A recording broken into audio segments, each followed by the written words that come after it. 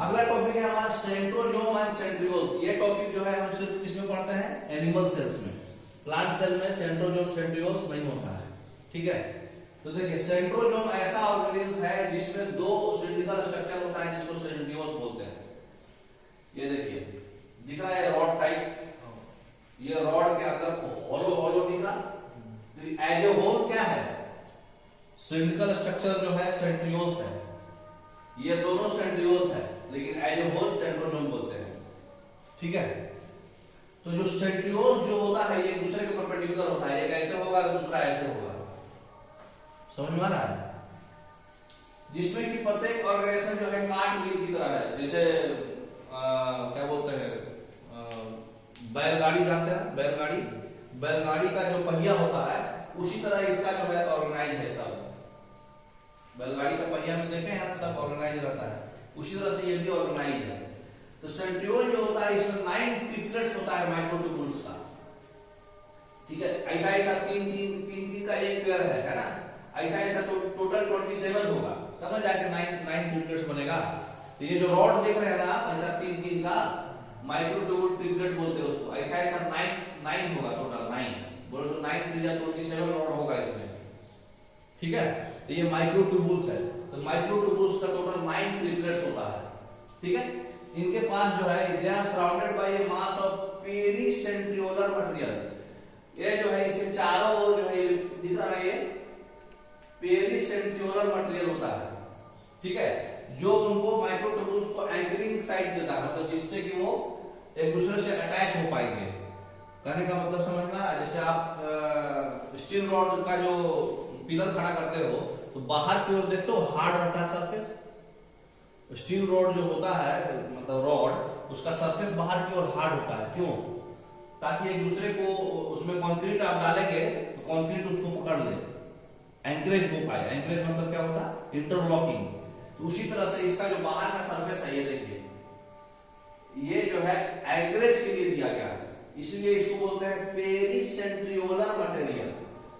Peri मतलब होता है दूर का, सेंट्रियोलर मतलब सेंटर में मटेरियल रहता है, क्योंकि उससे माइक्रोट्यूब्यूल्स को एंकरेज करने के लिए, ताकि वो अटैच हो जाए, है ना। एक बार अटैच हो तो फिर वो छूटे नहीं, इंटरलॉक टाइप हो जाए। तो सेंट्रियोल जो होता है बेसल बॉडी होता है सिलिया का। सिलिया का बेस कौन होता है? सेंट्रियोल्स। सिलिया का बेस मतलब क्या हुआ? नीचे का पार्ट जिसपे सिलिया टिका होगा ना। तो फ्लैजिला का चाहे सिलिया का, और स्पिंडल फाइबर जो है स्पिंडल apparatus देता है सेल डिवीजन में एनिमल सेल्स में। ये सिर्फ एनिमल सेल्स में पाया जाता है। जब एनिमल सेल्स का सेल डिवीजन होता है उस समय जो स्पिंडल बनता है वो स्पिंडल फाइबर इसी से बनता है, ठीक है। तो स्पिंडल फाइबर जो है स्पिंडल apparatus देता है सेल डिवीजन के समय, यही स्पिंडल फाइबर्स होता है, ठीक है। तो बस खाली हमको इसमें क्या क्या याद रखना था? पहला याद रखना था ये ट्रिपलेट है टोटल 9 माइक्रोट्यूब्यूल्स, ठीक। दूसरा याद रखना था कि ये बेसल बॉडी है सिलिया फ्लैजिला का, और तीसरा चीज हमको याद रखना था कि ये स्पिंडल फाइबर्स जो है सेल डिवीजन में स्पिंडल apparatus बनाएगा, ठीक। और इनका जो स्ट्रक्चर है पेरिसेंट्रियोलर मटेरियल से होता है, इससे एंकरिंग होता है आसानी से, ठीक है। नेक्स्ट अगला टॉपिक है हमारा न्यूक्लियस। न्यूक्लियस हम लोग कल पढ़ेंगे, इसको और बढ़ा दीजिए, क्वेश्चन लगाएंगे, बढ़ाइए और बढ़ाइए और बढ़ाइए। प्लाज्मिक रेटिकुलम जो है आउटर मेम्ब्रेन न्यूक्लियस के आउटर मेम्ब्रेन से निकला हुआ है, और इंडोप्लाज्मिक रेटिकुलम जो है मेम्ब्रेन के प्रेजेंस और एब्सेंस के आधार पर हम लोग उसको क्लासिफाई करते हैं। ये गलत है कि सही है, ये आपको बताना है, ठीक है। तो इंडोप्लाज्मिक रेटिकुलम के बारे में आप पढ़े थे, न्यूक्लियस के बाहर से ही कनेक्ट था ना वो, तो पहला ऑप्शन तो सही है। और ये जो है मेम्ब्रेन के आधार पे नहीं, राइबोसोम अटैच है कि नहीं है? राइबोसोम अटैच है तो rough endoplasmic reticulum, ribosome attach नहीं है तो स्मूथ। तो रीजन आपका गलत है, असर्शन आपका सही है ना? हाँ, तो सी ऑप्शन सही हो गया। राइबोसोम के आधार पर था ना, मेम्ब्रेन के आधार पर तो नहीं था। नेक्स्ट अगला क्वेश्चन क्या है? Praneeth wants to know why nucleus shifted inside the plant cell. Plant cell में न्यूक्लियस शिफ्ट क्यों हो गया था? क्योंकि वैक्यूल्स ज्यादा स्पेस ले लेता है प्लांट सेल में, तो प्लांट सेल में most of the space is occupied by vacuole. C option सही है। नेक्स्ट, तो सी ऑप्शन सही है, आप पढ़े होंगे। फिर है within the nucleus DNA is organised along with proteins into material called. DNA जो है न्यूक्लियस के अंदर जो है क्या बनाता है, क्रोमोसोम्स।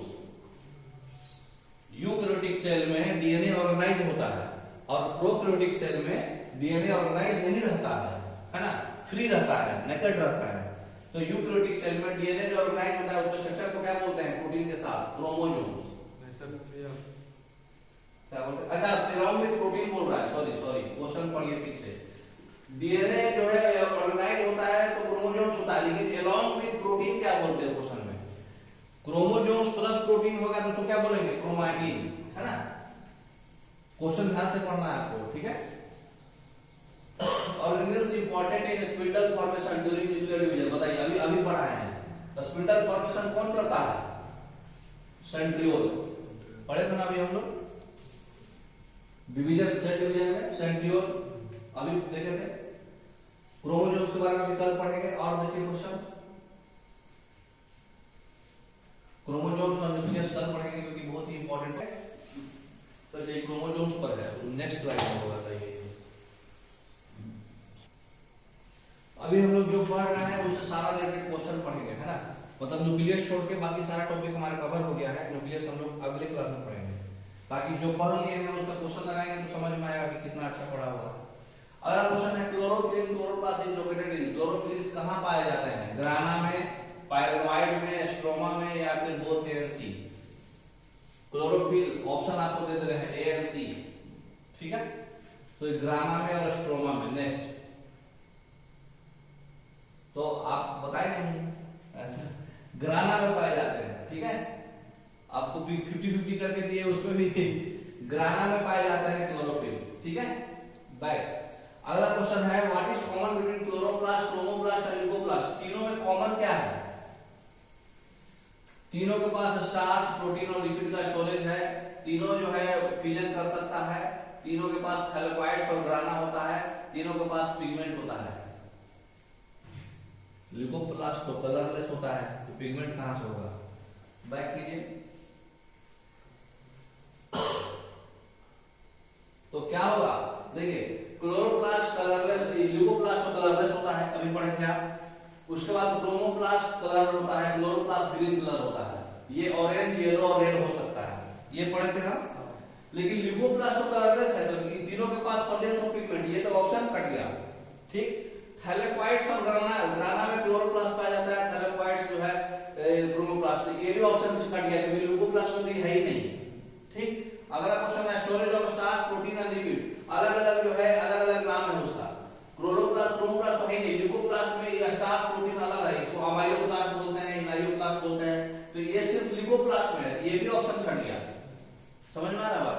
तो D option, ability to multiply by A fusion, हां तीनों फ्यूजन से मल्टीप्लाई कर सकता है, सेल डिवीजन कर सकता है, ठीक है। तो डी ऑप्शन आपका सही हो गया, क्योंकि ये यूग्लेना में पाया जाता है। The stack of thylakoid found inside plastic is called, जो thylakoid का स्टैक है जो प्लास्टिक के अंदर पाया जाता है उसको हम लोग क्या बोलते हैं, ग्रैनम, है ना, ग्रैनम बोलते हैं thylakoid। Lysosomes are involve in, lysosomes क्या करता है, डाइजेशन में मदद करता है, पैकेजिंग में मदद करता है, पॉलीपेप्टाइड्स बनाता है। लाइसोसोम्स क्या करता है, एंजाइम्स बनाता है। एंजाइम्स क्या करता है, आपका डाइजेशन करता है, तो पॉलीपेप्टाइड की फॉर्मेशन में मदद करेगा। बी ऑप्शन ज्यादा सूटेबल होगा इसका, ठीक है। डाइजेशन, पहला ऑप्शन क्या था, डाइजेशन, हाँ एंजाइम्स डाइजेशन करता है तो डाइजेशन ज्यादा सूटेबल होगा, है ना। तो एंजाइम्स होता है इसमें, डाइजेशन करता है। इसको सुसाइडल बैग्स भी बोलते हैं लाइसोसोम्स को। क्यों बोलते हैं, क्योंकि जब सेल्स को डाइजेस्ट नहीं कर पाएगा तो खुद ही अपने आप को डाइजेस्ट कर लेता है और सेल्स को बचा लेता है, ठीक है। तो खुद ही फट जाता है वो, तो डाइजेशन ऑप्शन सही होगा। नेक्स्ट, क्रोमोसोम्स के बारे में बताना है, ये ऑप्शन अभी हम लोग नहीं पढ़ेंगे क्योंकि अभी टॉपिक हम लोग कवर नहीं किए हैं, ठीक है ना। आगे पढ़िए। नेक्स्ट, इसमें बताइए ये क्या है, ये भी अभी नहीं पढ़े हैं, क्रोमोसोम्स किनोटो हो रहे हैं, ये आगे पढ़ेंगे हम लोग अगले टॉपिक में। नेक्स्ट, अब देखिए इलेक्ट्रॉन माइक्रोस्कोप का खोज हो रहा था, तो उसमें जो है एक सेल का स्टडी करते समय एक निकला इलेक्ट्रॉन माइक्रोस्कोप जो है ज्यादा पावरफुल होता है लाइट माइक्रोस्कोप से, क्योंकि ये बीम ऑफ इलेक्ट्रॉन यूज करता है जिसका वेवलेंथ बहुत ज्यादा होता है फोटोन से। रिजॉल्विंग पावर जो होता है इलेक्ट्रॉन माइक्रोस्कोप का बहुत ज्यादा होता है लाइट माइक्रोस्कोप से। रिजॉल्विंग पावर इलेक्ट्रॉन माइक्रोस्कोप का 200 से 350 नैनोमीटर होता है और लाइट माइक्रोस्कोप का 0.1 से 0.2 नैनोमीटर होता है। Electron beam can pass through thick material, ये थिक मटेरियल से भी इलेक्ट्रॉन बीम पास कर जाएगा, लेकिन लाइट माइक्रोस्कोप को थिन सेक्शन चाहिए। ये बताइए कि ये जो इलेक्ट्रॉन माइक्रोस्कोप से ही हम लोग क्यों सेल का स्टडी करते हैं, ये क्वेश्चन पूछ रहा है। क्वेश्चन पूछ रहा है कि हम लोग कंपाउंड माइक्रोस्कोप से क्यों नहीं स्टडी करते सेल का। सेल का स्टडी के लिए हम लोग इलेक्ट्रॉन माइक्रोस्कोप ही क्यों यूज करते हैं, ये आपके नीट के 2006 के क्वेश्चन है। क्यों ऐसा करते हैं, क्योंकि इलेक्ट्रॉन माइक्रोस्कोप में हमको क्या फायदा मिलता है, क्योंकि इलेक्ट्रॉन माइक्रोस्कोप जो है हमारा ज्यादा पावरफुल है लाइट माइक्रोस्कोप से, है ना। तो इसका कौन सा ऑप्शन सही हो जाएगा बताइए, ए बी सी डी, कौन सा ऑप्शन सही होगा। सेल्स के स्टडी के लिए इलेक्ट्रॉन माइक्रोस्कोप का डेवलपमेंट हुआ, क्यों हुआ, क्योंकि इलेक्ट्रॉन का बीम जो है थिक सेक्शन में भी पास कर जाएगा। देखिए डी ऑप्शन क्या दे रहा है, ए बी ऑप्शन। माइक्रोस्कोप जो होता है वो सेलुलर स्ट्रक्चर को पढ़ने में मदद करता है, लेकिन ये जो है छोटा छोटा ऑब्जेक्ट को मैग्नीफाई करेगा। माइक्रोस्कोप क्या करता है, छोटा ऑब्जेक्ट को बड़ा दिखाएगा आपको, लेकिन इलेक्ट्रॉन माइक्रोस्कोप में क्या होता है, high energy beam of electron focus किया जाता है, ठीक है। इससे क्या होगा कि छोटा छोटा डिटेल्स भी आपको मिलेगा बहुत रिजॉल्विंग पावर से। तो रिजोल्यूशन इंक्रीज होने की वजह से इस इलेक्ट्रॉन का बीम का वेवलेंथ छोटा होता है। तो बैक कीजिए, इसमें क्या लिख रहा है कि रिजॉल्विंग पावर जो इलेक्ट्रॉन माइक्रोस्कोप का होता है वो ज्यादा होता है लाइट माइक्रोस्कोप से, जो लाइट वाला माइक्रोस्कोप होता है जिससे लाइट देखते हैं। अंतर क्या है, नॉर्मल माइक्रोस्कोप से आप अगर देखेंगे तो खाली छोटा चीज को बड़ा दिखाई देगा, ठीक है, लेकिन इलेक्ट्रॉन माइक्रोस्कोप से देखेंगे तो अंदर का बड़ा तो दिखेगा, साथ में डिटेल भी दिखेगा कि और क्या क्या है। मतलब नॉर्मल लाइट वाला माइक्रोस्कोप खाली एक छोटा चीज को बड़ा चीज में दिखा देगा, उसके अंदर का डिटेल नहीं पता चलेगा आपको, क्योंकि रिजॉल्विंग पावर कम है। आप देखिए रिजोल्यूशन बढ़ाते हैं, जूम करते हैं तो अंदर का पूरा डिटेल दिखता है ना। कोई भी चीज का अगर आप जूम कर रहे हैं, कोई मूवी देखते हैं जूम करता है तो पूरा दूर का पता चलता है कि हाँ नजदीक में और क्या क्या है, आजू बाजू क्या क्या है। तो इसका रिजोल्यूशन ज्यादा है इलेक्ट्रॉन माइक्रोस्कोप का, ठीक है, इसलिए वो डिटेलिंग पता चल जाता है हमको। तो इसमें हमको फायदा ये होता है। लाइट माइक्रोस्कोप में मैग्निफिकेशन होता है, छोटा चीज को बड़ा हो जाएगा, लेकिन डिटेलिंग नहीं पता चल पाता है। हमको सेल के स्टडी के लिए क्या चाहिए, डिटेल चाहिए, आजू बाजू क्या है, सेंट्रियोल्स है तो सेंट्रोजोम्स है तो थैलेकोइड्स है, ग्राना है, क्लोरोप्लास्ट है, कुछ भी है। तो डिटेलिंग के लिए हमको इलेक्ट्रॉन माइक्रोस्कोप का स्टडी करना पड़ा, ठीक है, क्योंकि उसका रिजॉल्विंग पावर ज्यादा होता है। इसका बी ऑप्शन सही हो जाएगा। Next, the structures that help some bacteria to attach to rock and host tissue are called। कौन से स्ट्रक्चर से बैक्टीरिया जो है अपने टिश्यू से अटैच कर लेता है, कौन से स्ट्रक्चर से अपने आप को अटैच करता है। अटैच करने के लिए अभी क्या बताए थे आपको, सीलिया में होता है वैसा, है ना। तो सीलिया में क्या होता है, क्या चीज अटैच करता है, मेसोजोम, है ना, फिमरी, अच्छा फिमरी भी था, फिमरी जो है, फिमरी से वो अटैच करता है। देखिए क्या होता है फिमरी, पिलाई और फिमरी जो है बैक्टीरिया का अपेंडिक्स है जो लोकोमोशन में मदद नहीं करता है। पिलाई जो होता है बहुत लंबा होता है, पतला होता है, मोटा होता है, लेकिन छोटा छोटा होता है, मतलब कम होता है, नंबर्स कम होता है उसका, ठीक है। तो वो ट्यूबुलर स्ट्रक्चर होता है, ठीक है। ये ग्राम नेगेटिव बैक्टीरिया होता है, ये फर्टिलिटी फैक्टर में मदद करता है रिप्रोडक्शन में। पिलाई लंबा होने की वजह से ये क्या करता है, जो भी सेल आ रहा है उसको जाकर के अटैच हो जाता है। और फिमरी क्या है, छोटा छोटा ब्रिसल लाइक फाइबर है जो सेल सरफेस से निकलता है, स्प्राउट होता है, जैसे मतलब अंकुरित चना होता है ना, चना में कुछ बाहर की ओर निकल गया, उसी तरह से ये लार्ज नंबर में निकलता है। ये इसका नंबर कम है, पिलाई नंबर कम है लेकिन छोटा है, फिमरी नंबर ज्यादा है लेकिन बड़ा है, अरे साइज छोटा है, उल्टा बोलेगा। पिलाई जो है इसका साइज बड़ा है लेकिन नंबर कम है, और फिमरी जो है इसका साइज छोटा है लेकिन नंबर ज्यादा है, और ये सरफेस पे आता है डायरेक्ट अंकुरित चना की तरह। तो ये जो है ब्रिसल्स लाइक फाइबर्स होता है जो सेल सरफेस पे आ जाता है। 300 से 400 एक सेल में होता है ये फिब्री। ये क्या करता है, बैक्टीरिया को सॉलिड सरफेस से अटैच कर देता है। तो अटैच कर देगा तो बैक्टीरिया आपके अंदर घुस जाएगा, बैक्टीरिया घुसेगा तो फिर बाकी क्या क्या करेगा, है ना। तो मदद कौन करता है उसको, फिब्री। ठीक है, नेक्स्ट। अब कौन सा स्ट्रक्चर प्रोकैरियोटिक सेल में पाया जाता है बताइए। नॉट फाउंड, सॉरी नहीं पाया जाता है। राइबोसोम तो उसमें था 60 80s 70s, प्लाज्मा मेम्ब्रेन में था, न्यूक्लियर नहीं था। न्यूक्लियस का कोई भी चीज था प्रोकैरियोटिक सेल में नहीं था, तो सी ऑप्शन सही होगा। रॉन्ग स्ट्रक्चर में कौन है, बैक्टीरिया का सेल वॉल जो है पेप्टिडो ग्लाइकन से बनता है। पिलाई और फिब्री जो है बैक्टीरिया का मोटिलिटी के लिए होता है। साइनोबैक्टीरिया में सेल नहीं होता है फ्लैजिला वाला। माइकोप्लाज्मा जो है एक वॉल लेस माइक्रो ऑर्गेनिज्म है, इसमें वॉल नहीं होता है। अभी हम लोग पढ़े पिलाई और फिब्री किसके लिए होता है, अटैचमेंट के लिए, है ना। कौन सा ऑप्शन गलत होगा इसमें बताइए। अभी तो पढ़े, देखिए बी अभी पढ़े ना हम लोग, अटैचमेंट के लिए होता है, लोकोमोशन के लिए थोड़ी होता है। बी ऑप्शन बताए ना अभी, वो अटैचमेंट के लिए, उसको लोकोमोशन दे रहा है। Which of the following statement about inclusion coding is incorrect? ये हम लोग अभी नहीं पढ़े हैं, आगे पढ़िएगा, है ना। नेक्स्ट,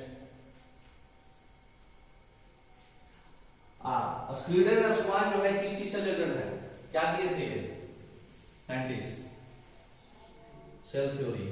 सेल थ्योरी स्क्रीडन और स्वान दिए, है ना, बी ऑप्शन।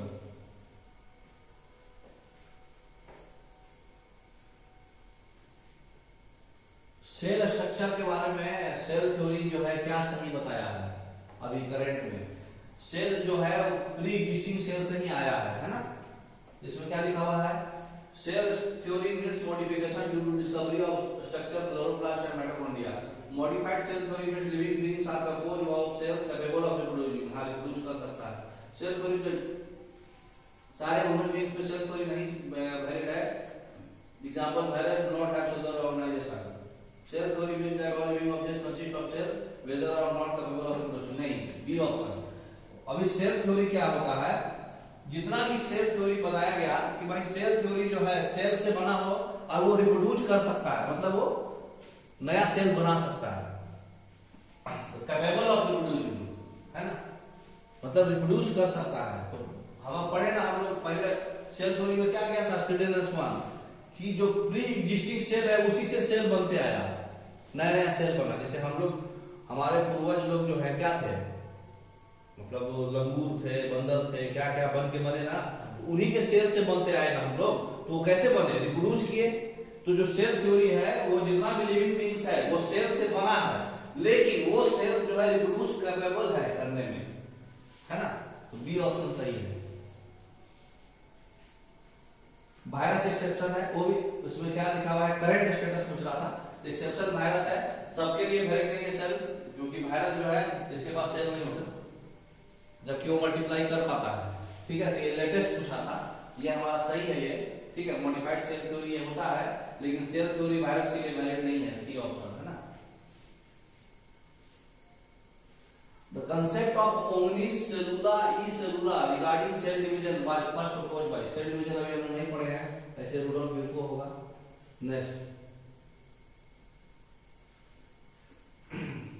इसमें बताइए कौन गलत है। लाइसोसोम्स के पास एंजाइम्स होता है, पढ़े हैं, सही है। लाइसोसोम्स जो होता है पैकेज करता है एंडोप्लाज्मिक रेटिकुलम में, लाइसोसोम्स मेम्ब्रेन बाउंड है। एंजाइम जो होता है लाइसोसोम्स का एसिडिक पीएच में एक्टिव होता है। कौन इसमें से सही नहीं है, लाइसोसोम्स का पढ़े थे, भुला गए, कौन सा, सी ऑप्शन। चलिए आप लॉक करते हैं, C option, A option. Lysosomes back कीजिए। लाइसोसोम जो होता है पैक थोड़ी करता है, लाइसोसोम्स में एंजाइम्स होता है, डाइजेशन में मदद करता है। लाइसोसोम्स के बारे में पढ़े थे ना, उसके पास एंजाइम्स होता है, उसका एंजाइम जो है पीएच में, एसिडिक पीएच में काम करता है, और वो मेम्ब्रेन बाउंड है, वो डाइजेशन में मदद करता है और सुसाइडल बैक्स होता है ना। वो एंडोप्लाज्मिक रेटिकुलम से क्या काम है उसका, है ना। आउट डिटेल में भी आंसर आपको दिया हुआ है। ये सिंगल मेम्ब्रेन बॉन्ड होता है जिसमें एंजाइम्स होता है। ये जो है एंडोप्लाज्मिक रेटिकुलम और गोल्जी बॉडी दोनों के ज्वाइंट एक्टिविटी से बनता है, ठीक है। हाइड्रोलाइटिक एंजाइम का काम क्या है, ये रफ एंडोप्लाज्मिक रेटिकुलम में बनता है और फिर ट्रांसफर हो जाता है गोल्जी बॉडी के सरफेस पे। जो एंजाइम्स है हाइड्रोलाइटिक एंजाइम्स बनता कहां है, रफ एंडोप्लाज्मिक रेटिकुलम जहां राइबोसोम अटैच है ना। रफ एंडोप्लाज्मिक रेटिकुलम में बनेगा और फिर ट्रांसफर हो जाएगा गोल्जी कॉम्प्लेक्स के फेस पर, ठीक है। ये फिर एंजाइम्स में कन्वर्ट होगा, ये एंजाइम्स को पैक करेगा लाइसोसोम्स और फिर मैच्योर फेस पे ले जाएगा। ये वेसिकल्स फिर जा करके लाइसोसोम्स बनाएगा। लाइसोसोमल एंजाइम जो है एसिडिक मीडियम में ही काम करता है, जिसका पीएच 4.5 होता है, जिसका पीएच साइटोप्लाज्म से कम होता है, ठीक है। तो ये एंजाइम्स बनता कैसे है वो पूरा डिटेल बता दिया इसमें, समझ में आया। नेक्स्ट, ग्लाइकोप्रोटीन और ग्लाइकोलिपिड यूकेरियोटिक सेल में कहां बनता है बताइए, कहां बनता है ग्लाइकोप्रोटीन और ग्लाइकोलिपिड, पढ़े हैं आप, पढ़ा सा लग रहा है कि नहीं, कहां पड़ता है, ऑप्शन दे दें, दो ऑप्शन छाट के दे दिया आपको। चलिए एंडोप्लाज्मिक रेटिकुलम और गोल्जी बॉडी, ए और सी में बताइए। सी, आप बोलिए। चलिए देखिए लॉक करते हैं इसका, C option Golgi body. Golgi body में ही ग्लाइकोप्रोटीन और ग्लाइकोलिपिड बनता है, ठीक है। प्रोटीन बनता है रफ एंडोप्लाज्मिक रेटिकुलम में, लेकिन लिपिड कहां बनता है, स्मूथ एंडोप्लाज्मिक रेटिकुलम में। दोनों जो है गोल्जी बॉडी के सिस्टर्नी पे जाके पहुंचता है, फिर कंबाइन होता है कार्बोहाइड्रेट से, कंबाइन होने के बाद फिर जाके ग्लाइकोप्रोटीन और ग्लाइकोलिपिड बनता है। समझ में आया बात, एक बार फिर से समझिए। प्रोटीन कहां बनता है, रफ एंडोप्लाज्मिक रेटिकुलम में। लिपिड कहां बनता है, स्मूथ एंडोप्लाज्मिक रेटिकुलम में, ठीक है। लेकिन दोनों जो है गोल्जी बॉडी का, गोल्जी कॉम्प्लेक्स चाहे गोल्जी अपरेटस चाहे गोल्जी बॉडी जो बोलिए, गोल्जी बॉडी के सिस्टर्नी पे जाके पहुंचता है, वहां पे कार्बोहाइड्रेट से मिलके ग्लाइकोप्रोटीन और ग्लाइकोलिपिड बनता है। तो फाइनली तो गोल्जी बॉडी को बनाना वो। Motile bacteria able to move by, bacteria किस चीज से मूव करता है, ये तो अटैचमेंट के लिए है, ये भी अटैचमेंट के लिए। सीलिया फ्लैजिला में से कोई एक है। अब लोकोमोशन आपको पता है किससे होता है, सीलिया और फ्लैजिला में डिफरेंस बताए थे, 4 टाइप्स। एक खाली लोकोमोशन करता है, एक लोकोमोशन अटैचमेंट सेंसेशन सब करता है। तो लोकोमोशन किससे करता है, बी और सी में से कोई एक ऑप्शन है, इतना हिंट दे दिया, बताइए। चलिए सी लॉक कर दे रहे आपका, बी। अभी आपको हम बताए थे सीलिया में लोकोमोशन सेंसेशन सब कुछ था, फ्लैजिला में सिर्फ लोकोमोशन था, भुला गए। सीलिया और फ्लैजिला, यहाँ पे सीलिया था, यहाँ पे फ्लैजिला था, चार्ट बना हुआ था। इसमें लोकोमोशन, फिर सेंसेशन, फीडिंग सब था ना, इसमें सिर्फ लोकोमोशन था। तो सिर्फ लोकोमोशन का क्वेश्चन पूछा था ना उसमें, तो सिर्फ लोकोमोशन फ्लैजिला से होता है, ठीक है। जितना भी बैक्टीरिया है वो फ्लैजिला की मदद से, उसका फ्लैजिला में एक प्रोटीन होता है, प्रोटीन का नाम है फ्लैजिलीन, यही रोटरी मूवमेंट कराता है। नेक्स्ट, कौन सा सेल ऑर्गेनेल जो है एनर्जी निकालता है कार्बोहाइड्रेट से, एटीपी बनाता है। Energy house of the cell कौन है, powerhouse of the cell कौन है, माइटोकॉन्ड्रिया। माइटोकॉन्ड्रिया से प्रोटीन बनाता है, ये खाना पकाता है। लाइसोसोम डाइजेशन में मदद करता है एंजाइम के लिए।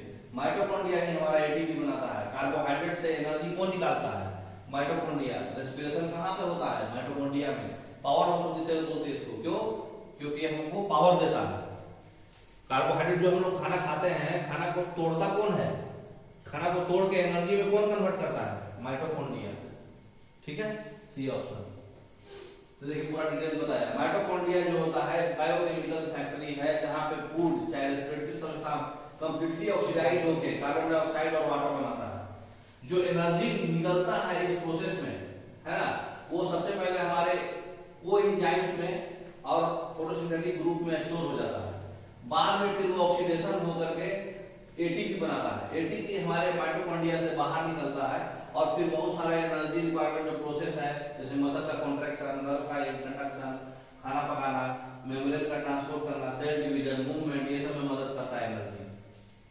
ठीक है, तो एटीपी जो है, एटीपी का फॉर्मेशन कहाँ हुआ, माइटोकॉन्ड्रिया में, इसलिए इसको हम लोग powerhouse of the cell बोलते हैं। तो माइटोकॉन्ड्रिया में एटीपी बना। एटीपी कैसे बना, तो कार्बन डाइऑक्साइड और वाटर में पहले कन्वर्ट किया ऑक्सीडाइज करके, जो केमिकल फैक्ट्री है, ऑक्सीडाइज करके फिर एंजाइम्स के साथ मिलकर बनाया। ठीक है, कौन सा इवेंट्स जो है रफ एंडोप्लाज्मिक रेटिकुलम में नहीं होता है, ये पूछा है, बताइए। रफ एंडोप्लाज्मिक रेटिकुलम में कौन सा इवेंट्स नहीं होता है? Protein folding, protein glycosation, glycosylation, cleavage of signal peptide, phospholipid synthesis.